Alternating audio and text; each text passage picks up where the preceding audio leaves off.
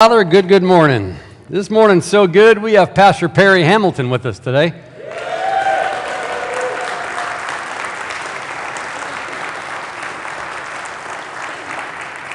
It's good to see you, Perry, and Judy. We love you both. I never like it when I'm in a new place and I don't know what people are talking about when they say somebody's name. So if you're a guest with us this morning, Pastor Perry Hamilton suffered a stroke about 6 weeks ago. And he is recuperating, and God is good. He's working with his physical body and his emotions and all the rest. And things are coming together. But if you're new, I don't want to keep you out of what's going on. But it's great to see you. Great to see you. Now, there's a couple things missing. What's missing? Have you noticed? We got our TVs over there. They're gone. And if you ever see me staring up there, I'm not looking at the clock. You know I never do that. I have a big TV monitor there for me, so I can read. That's sort of like my security blanket. It's gone. It's gone. So I might need a hug in the middle of the sermon or something, or just, you're doing okay, Brian. You're doing okay. We don't know where you are, but you're doing okay. So that's what keeps me just certain that I'm in the right place. So if I stare into space, anyways, it's good to be together. Do you know what matters? People. People matter. You matter. I matter. People matter. I like what William Lane Craig says. He says, when discussing evidence for the belief in God, the goal is not to win an argument, but to win people. To win people. And where does he get that notion from? Well, he gets it many places in Scripture, but primarily he gets it in the life of someone, the life of Jesus Christ. When Jesus came, he didn't argue. He came, he made truth statements about his identity, and he loved people. And he made truth statements about reality, about his identity, and he loved people. We are in the second week of a series called That's a Good Question. And just to summarize last week, you'll see on the screen we looked at more of a scientific view. What are there by way of pointers to God, evidence for God? So we looked at three things, three arguments, if you will. The first is the cosmological argument, also known as the Kalam argument, and that is that the universe had a what? Beginning. It's not what? It's not infinite. It had a beginning. If it had a beginning, who began it? Well, that's the big beginner, right? The cause of all things. Because you can't get something from nothing, so somebody had to put that nothing or that something there. The second thing we looked at was the argument or the evidence from design, the order, the complexity, the purpose in all that we see in the natural world, and that it points to an intelligent cause or an intelligent causer. The third thing was the fine-tuning argument.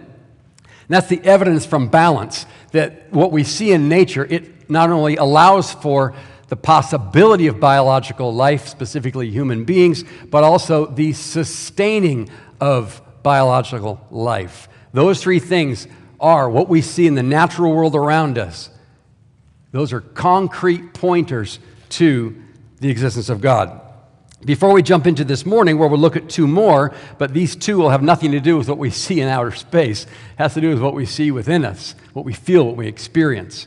I should say there are no less than three people, a couple of them right after the services last week, that asked me a question. He said, if God caused everything else, then who caused God? You ever wondered that? Of course you have, because once you say God caused everything, you say, okay, well, where did that guy come from?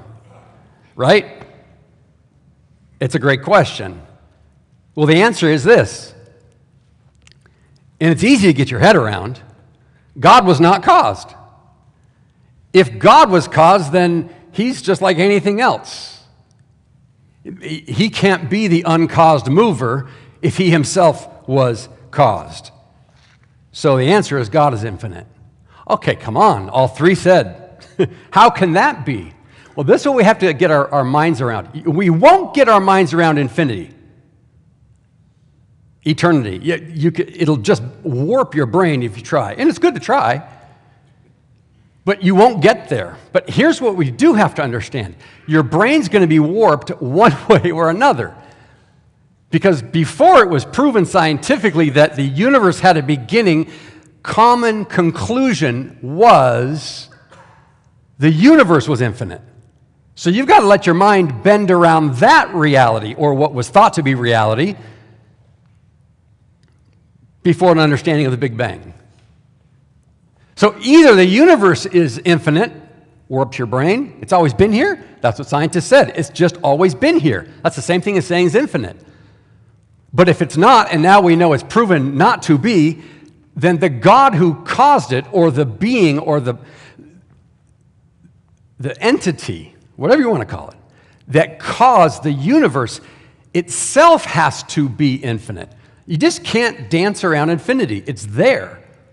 It's there. What we do know is our universe is not.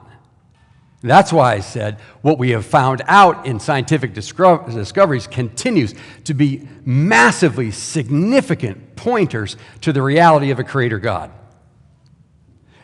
And I love to start superficially. So there's that. Like I said, it doesn't prove God, but it's a massively reasonable pointer to him. And that's why I said last week that God is the best explanation for the origin of the universe. And we better pray again. Let's pray. God, thank you for this morning. Thank you that you are in all of these things that we as humans can be at points just really challenged to understand. But thank you for the brains you've given us, for the common sense you've given us, for the insights that you give us, for the wisdom, for all that you give us so that we can come to a better understanding of what is real. Well, we know you are. And we can waver and doubt and struggle and wonder and not have perfect clarity on everything about you, but thank you that we have enough to know that you are and that you love us. So love us now as we walk through some more of what you'd like to show us. In Jesus' name, amen. All right, on April 8th, 1966, some of you maybe got this version of Time magazine. This is a lead story entitled, "Is God Dead? Is God Dead?" As William Lane Craig, who I love to quote and will quote many times this morning, as he explains, the story described the so-called death of God, the death of God movement then current in American theology. But to paraphrase Mark Twain, he says, it seemed that the news of God's demise was greatly exaggerated. For at the time that theologians were writing God's obituary, a new generation of young philosophers was rediscovering his vitality. And that has been the case in the last 50 years. With every attempt to disprove the existence of God, more evidence, more pointers, more reason has been stumbled upon that he's actually very alive and well. So God can be ignored, he can be brushed aside as irrelevant, he can be despised as tyrannical, or simply not believed at all, but he just will not go away. He today remains the best explanation for life as we know it.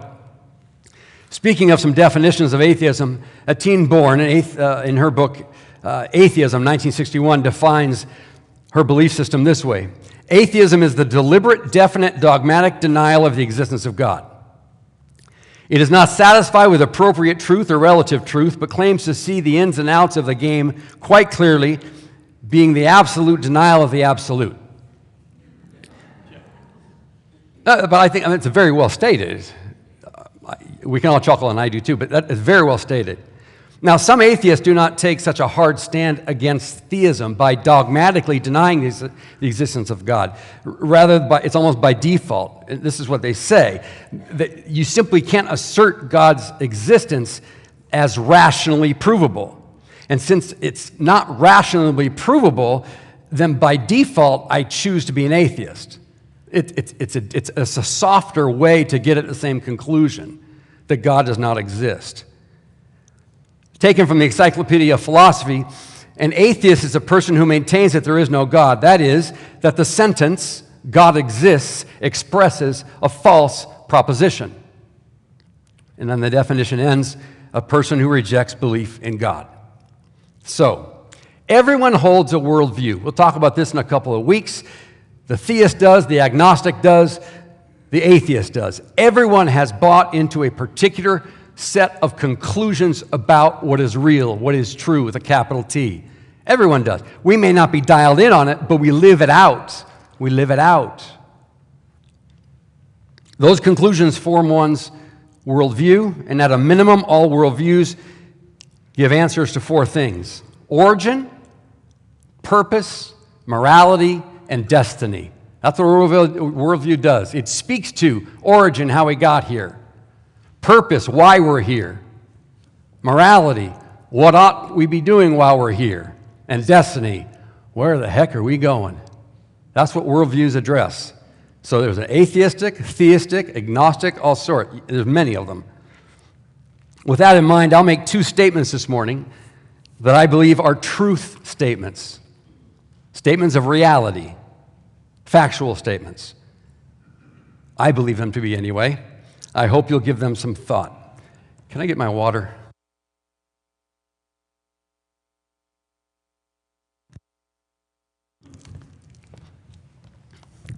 I'm so nervous I gotta have something to drink. And there's no way I'm taking communion early. All right. Here's the first truth statement. If God does not exist, then neither does ultimate meaning for life. If God does not exist, I would say categorically, then neither does ultimate meaning for life. You don't have to agree with me. I'm just telling you, because I got the pulpit, what I believe. All right? Human beings, I think you'll agree with this though, human beings are born seekers. That is, we all ask questions. What are some of the most fundamental questions we ask? Anybody? Just most basic fundamental human questions. What do we ask? Why am I here? Okay, what do you ask before why am I here? That's a good one. That's one of them. Who am I, right? Who am I? Why am I here? Where did I come from, right? And where am I going? We ask questions of identity. Who am I? We ask questions of purpose and meaning. Why am I here? And as I mentioned, questions of destiny. Where am I going? Well, since the Enlightenment of the 18th century, also known as the Age of Reason, that is when man threw off the quote-unquote ball and chain known as religion, and with it God. Man has tried, therefore, since then, to answer these three fundamental questions without a reference to God. To answer who am I, why am I here, and where am I going outside of a worldview that includes a God. But the answers that came back were hardly encouraging. If there is no God, philosopher William Lane Craig comments, you are the accidental byproduct of nature. You are simply, and we talked about this a little bit last week, you are simply the result of a formula. Matter plus time plus chance. That's you. Matter plus time plus chance. There is no reason for your existence, and all you face is death. By the way, let me say, just parenthetically, you'll see a lot of quotes up here. I am happy to email anybody all of my notes with all the quotes, and you can even mark it up and say, oh, that's really good, and this is good, and send it back to me. But I'll send all that to you, so I don't want to point anybody out, but sometimes people have been trying to take pictures of the screens. Don't waste your energy. I'll just tell me, and I'll email you everything, okay? That'll be great. If there is no God, he says, you are the accidental byproduct of nature, a result of matter plus time plus chance. There is no reason for your existence. All you face is death, but you face more than death. We'll get to that. Craig continues, modern man thought that when he had gotten rid of God, he had freed himself from all that all that repressed and stifled him.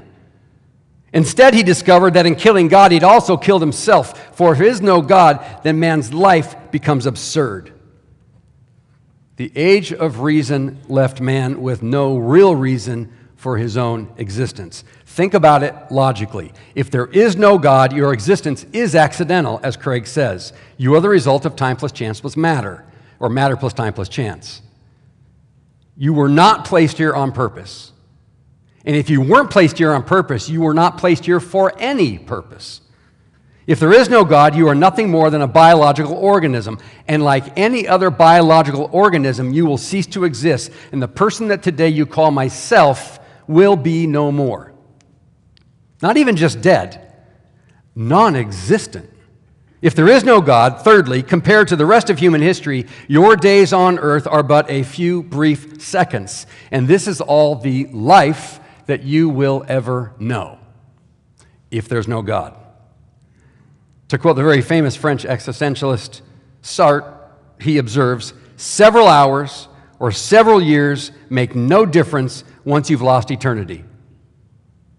So says an atheist. And don't limit yourself or your thoughts just to your own existence. You've got to consider the doom of our world and the universe. And this is really what we talked about last week, right? If it had a beginning, it's going to have an end. And scientists have also proven it's going to burn out. It sounds like an oxymoron, but it's going to burn out in a cold death. Scientists have proven that it had a beginning point before which there was nothing. And if it had a beginning, then it's not infinite. And if it's not infinite, then it will have an end. What is factually observable by scientists today is that the universe is expanding, and as that occurs, it's winding down. As I said, a cold death is in its future. I think of this, and as I thought about this week, I thought about just a giant conveyor belt. Think of just this enormous conveyor belt. The movement of the conveyor belt is the passage of time, and we are all living on it. We're all living on it. It never stops. The conveyor belt can only achieve one thing, delivering you and me and the rest of humanity and all of the universe to their individual termination days. You, your family, your friends are all at different points on that conveyor belt. We all know the conveyor belt has an end point. It doesn't just go on. We just don't know when it is. And whatever family and friends you meet, whatever family and friends who you know and meet, if they end before you, well, you'll never see them again. And they're not in a better place. That's just a way to give comfort to someone who has no hope. Never see them again. That means, and all we're doing is playing out the reality of if there is no God. That means the moments you spend in these days, that's all you're ever going to get. When they die, you will never see them again. And the absurd thing is, when all of your family and friends are dead, and there's just other human beings still around on that conveyor belt, I mean, there's no memory either. There's nothing. There's nothing on the other side. And you are nothing at the end of that belt. So, that's all there is. Poof, gonzo, you cease to exist. Here's where I'm going with all this, if you can't tell already. If there is no God, then it makes no difference whether now the universe existed or not. If it has a beginning and it has an end, what difference does it make that it has a beginning and has an end? What difference does it make that the universe even ever existed? What legitimate difference does it make? Before it, there was nothing, and it will turn into nothing.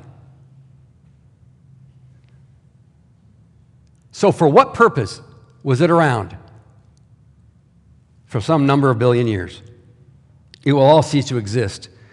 During one particular period of the universe's existence, one planet just happened to appear, which for a comparatively very brief slice of time was able to support biological life, among which was humanity, right? Earth and everything on it appeared by chance. That's how it got here, by chance. And all of it will vanish into nothingness. What difference does it make that the universe, the earth, or humans on it ever existed? Do you see what happens? You lose meaning for life. Remember, the earth only got here, the universe only got here by cosmic accident. And if it got here by cosmic accident, how in the world did you get here? By cosmic accident. Accidents don't have purpose. Returning to William Lane Craig, he writes, he'll say it better than I, mankind is a doomed race on a dying universe. Because the human race will ultimately cease to exist, it makes no ultimate difference whether it did exist. Mankind is thus no more significant than a swarm of mosquitoes or a barnyard of pigs, for their end is the same blind, cosmic process that coughed them up in the first place will eventually swallow them all again. This is the horror of modern man. Because he ends in nothing, he is nothing.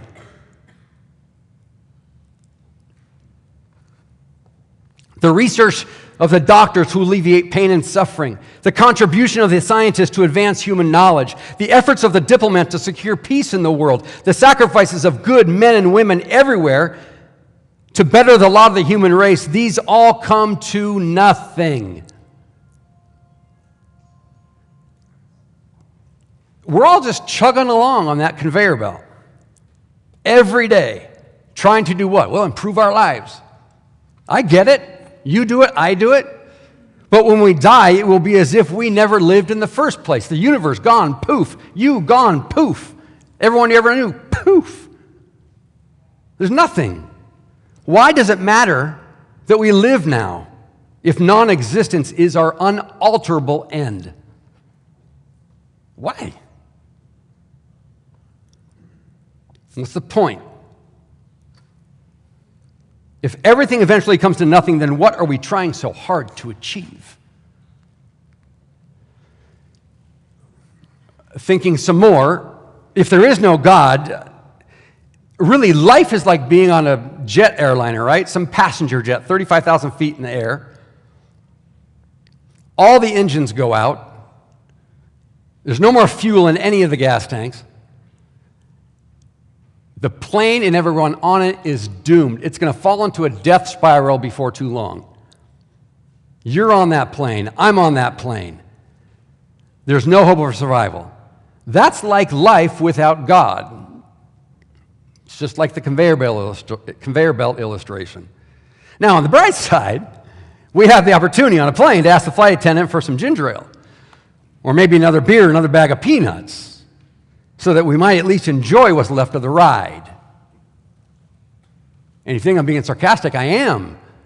It's necessary to be, because it's absurd. Who would do that? You'd be in a panic. But how does one find meaning? Meaning in that, since the plane is certain to crash. If you say God does not exist, where do you go to find meaning for this life you are living? How do you find it? And I am simply asserting it ultimately is nowhere to be found if there is no God. Listen to the words of some leading atheists. If you think my conclusion is simply a theistic conclusion, listen to some atheists. Bertrand Russell, one of the most famous atheists of the 20th century, an English nobleman, mathematician, and world-renowned atheist. He said this: life is built on a foundation of unyielded despair. He also famously declared, man is an accidental collection of atoms, and that is all he is. Man's destiny is the same as any other chemical collection: decay and rot. And in his book, Mysticism and Logic, Russell concludes, brief and powerless is man's life. On him and all his race, the slow, sure doom falls, pitiless and dark. What are we asserting? That if God doesn't exist, there is no place to find ultimate meaning in life. And you can't find ultimate meaning, then you cannot find temporal meaning either that really matters a whole lot. But if atheism is right, Russell is right. Back to the French atheist, Jean-Paul Sartre. He had a play called No Exit. No Exit. And what that play did was it portrayed life, but it portrayed life as hell. Here's the final line of Sartre's play. Well, let's just get on with it.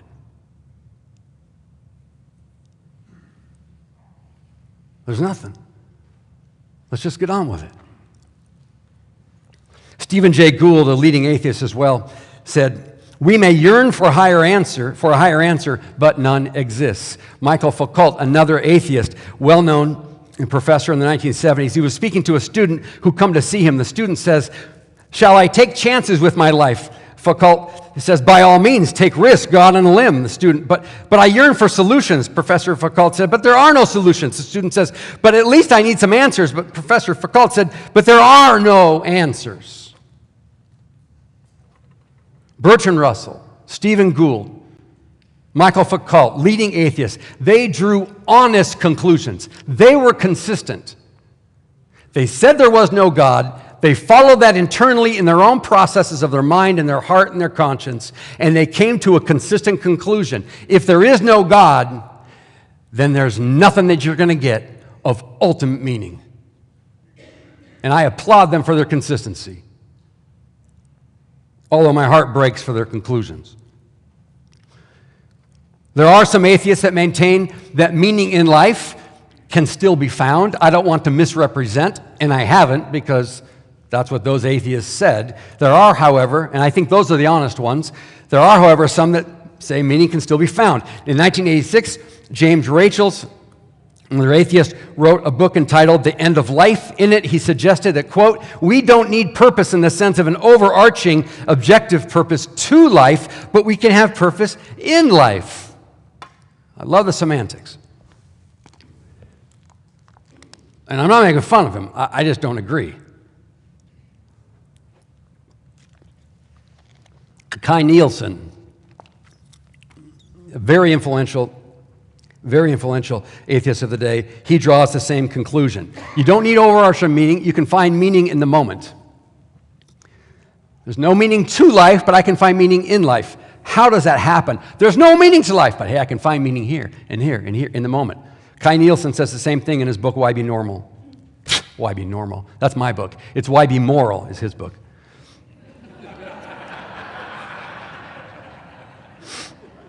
I've had a cold, didn't sleep, sorry. But really, that's the answer. That is the answer. We all ask questions, and it's curious. Why do we even ask the questions? The fact that we ask the question, who am I? Why am I here? Where am I going? The fact that we ask the questions without anybody else having to ask them for us, it just surfaces. The very fact that those questions surface imply a creator God.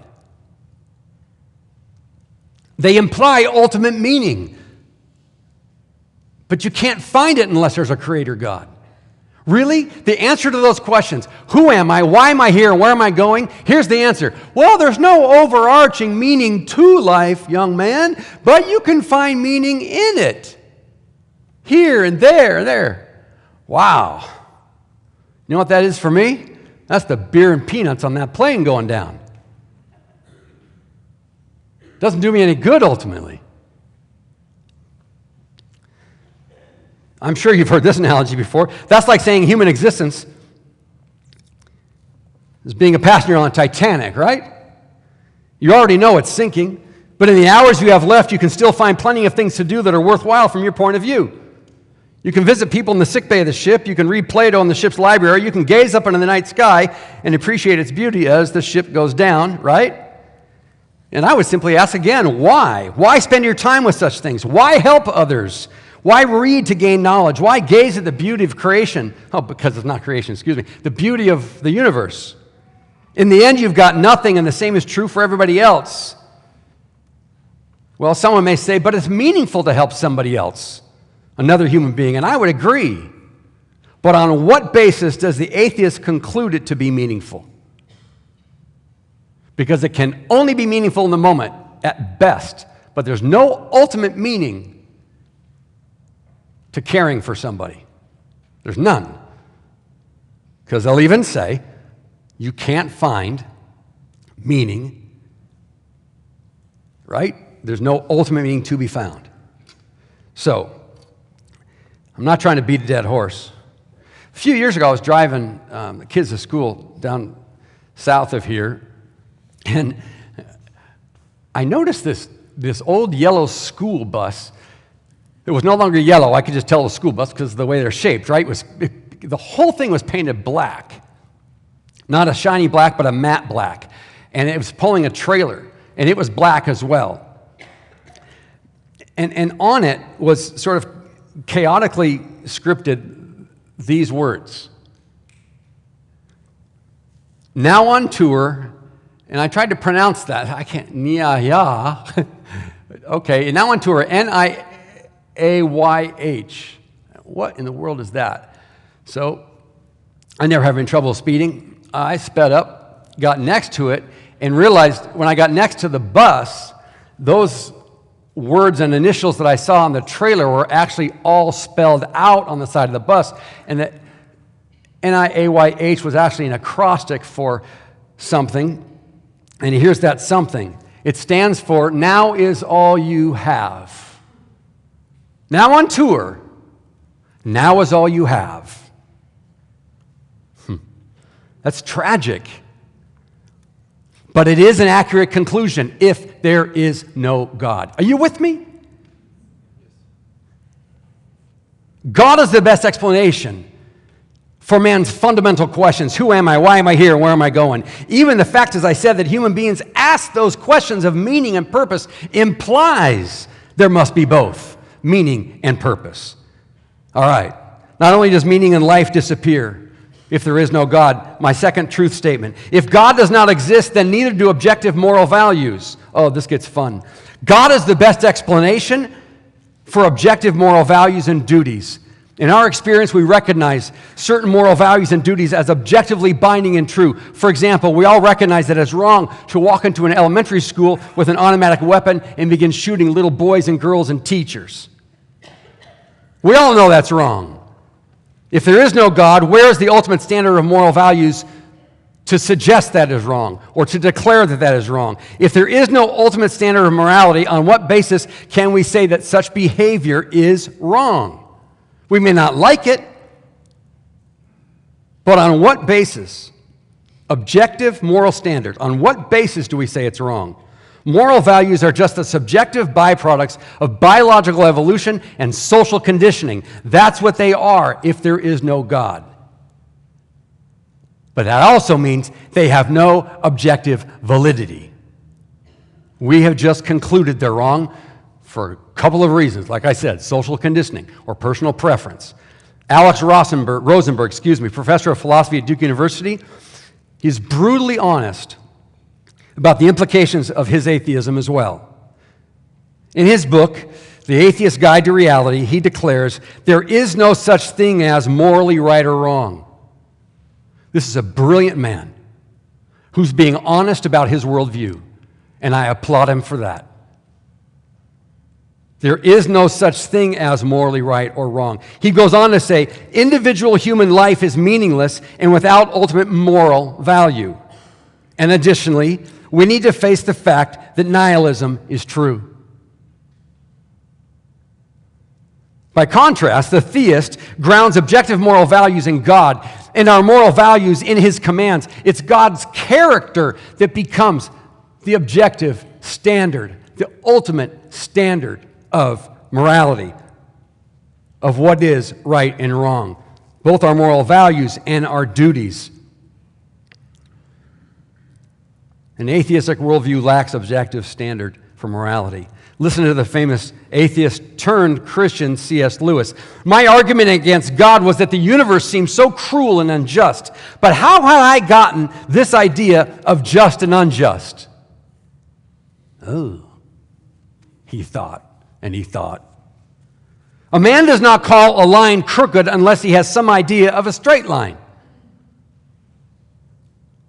What was I comparing this universe with when I called it unjust?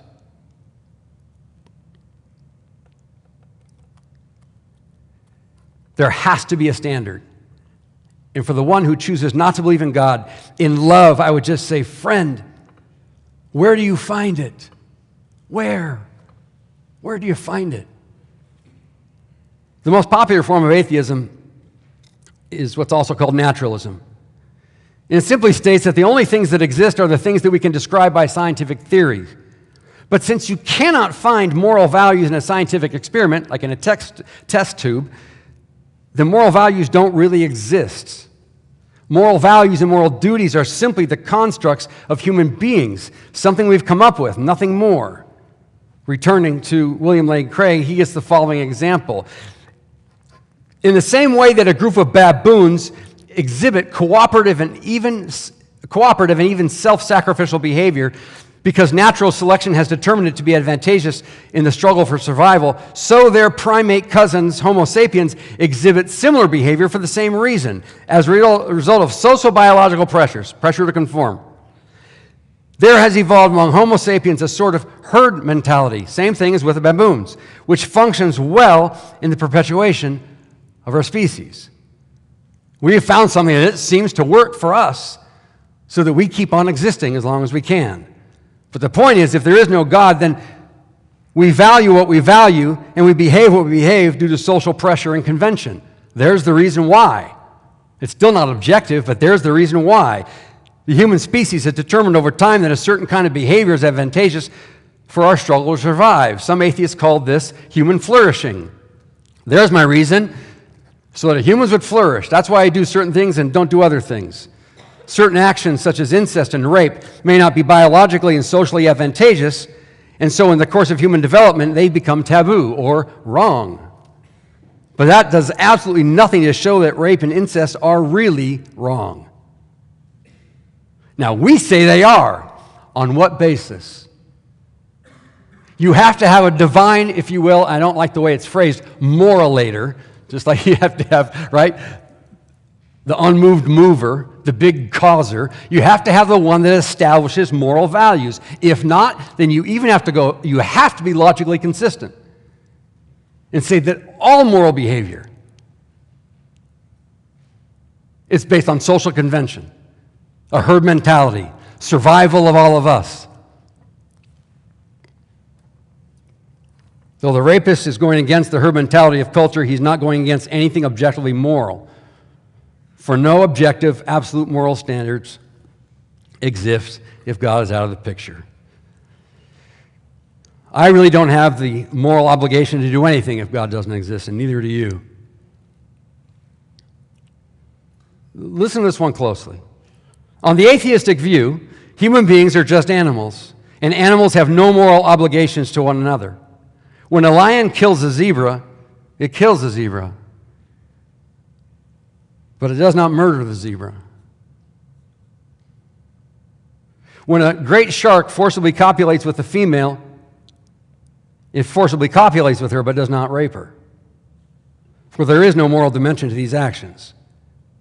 They are neither prohibited nor obligatory.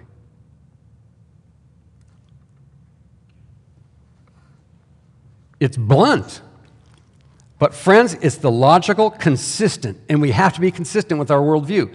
It has to play out consistently. So again, as I'm considering my approach, my values for how I want to live my life, why should I conclude, or why should I include in that plan the dictates of morality just because all of you say I should? Why should I bend to social pressure? What if I don't care about social pressure?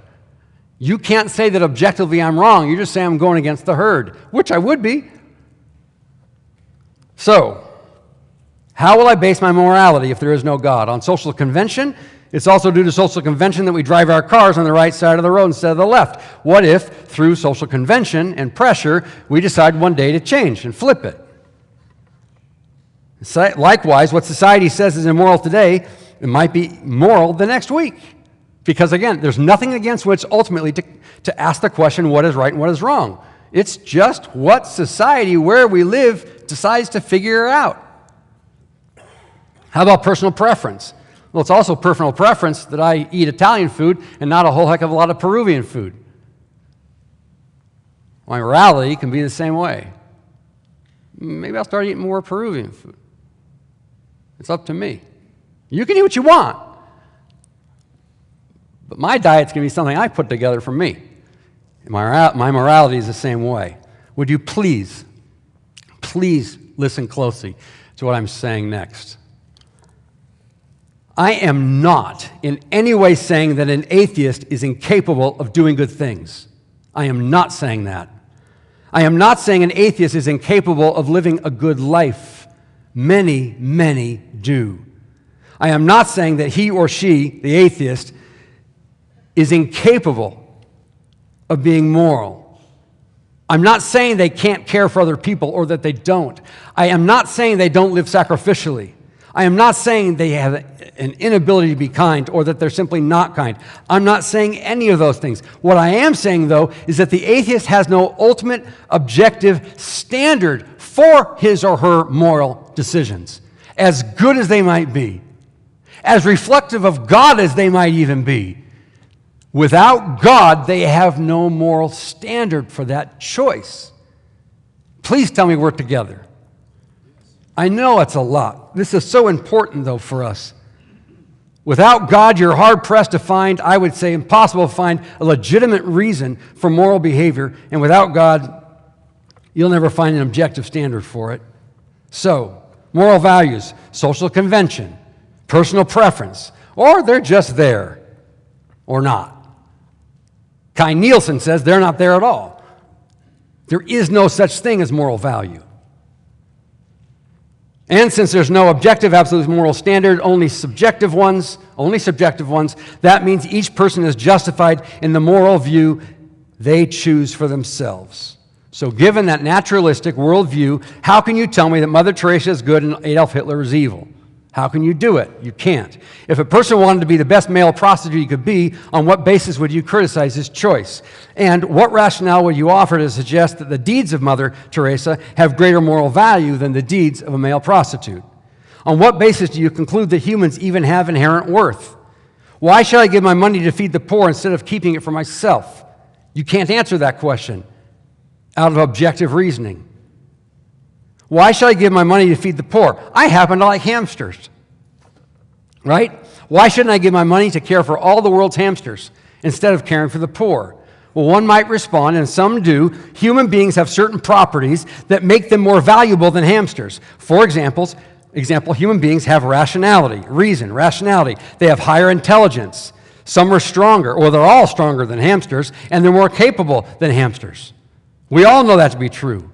Well, on that same basis, that same line of reasoning, we can also argue that some humans are more rational than other human beings, and some are more intelligent than other human beings, and some human beings are more capable than others, and the list goes on. So does that mean, if I take that same principle, we should then put greater resources toward feeding those humans who are more highly evolved than the others? Some say absolutely. Some have said yes. Feed the smart ones. Feed the gifted ones. Aryan race, Third Reich. And what happened?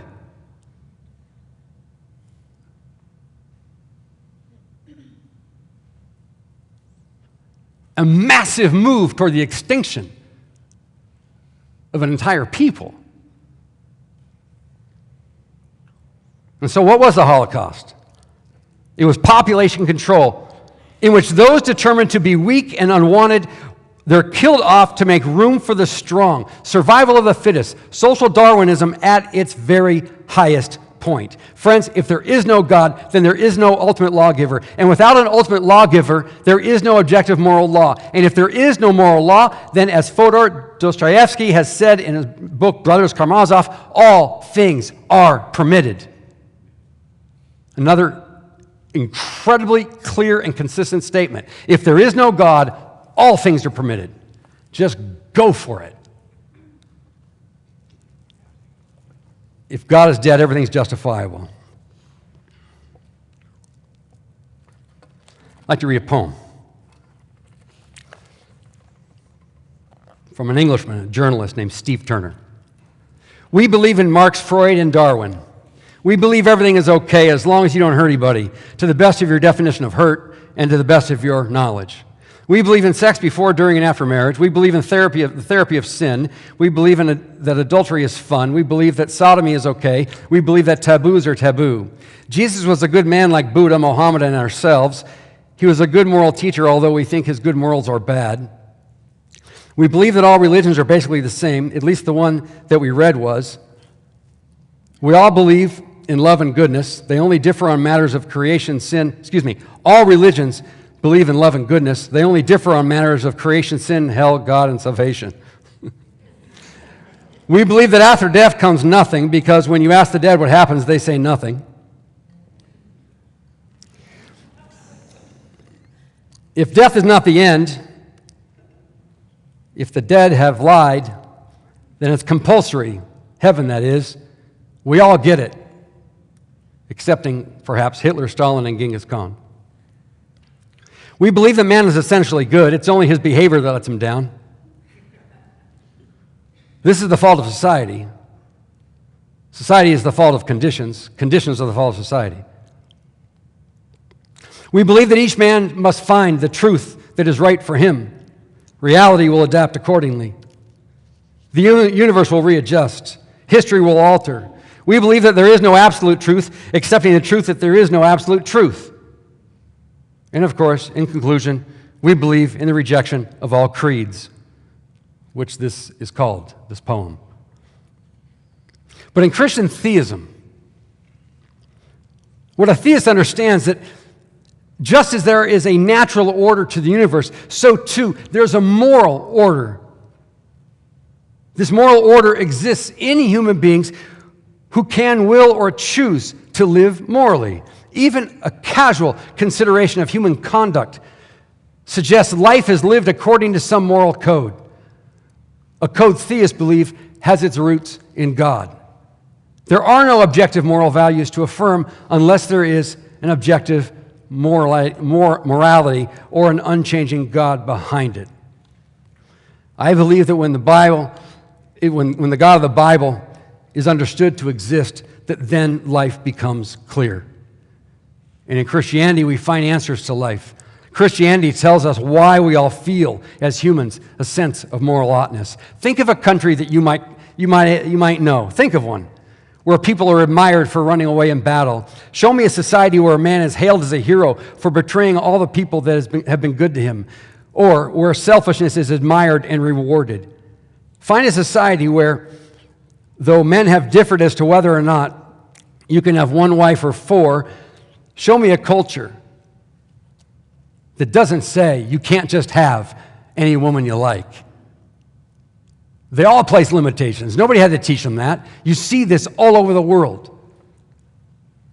You look at humanity and it's clear there's this inherent understanding that some things are right and some things are not right.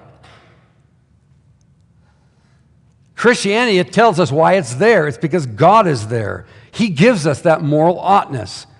Christianity tells us why man is at one point good and another point evil. It solves the enigma of man. We're made in God's image and he is good, but we've also all rebelled in Adam and individually, and we act therefore in evil ways. Christianity also gives ultimate meaning to life. God creates us for himself, and then we live forever with and for him. Christianity gives us ultimate standard of morality. Love God and love others. And what's the objective standard? The character of the God who put us here. He's the objective standard. Oh, it's so clear all of a sudden. Lastly, Christianity gives us purpose. What's our purpose? To love God, to love others, and bring as many people into an understanding of God's love for them as you possibly can until your last breath. When you don't fall off the end of a conveyor belt, but you're brought into the arms of Jesus, into real life. God is the best explanation for life as we know it.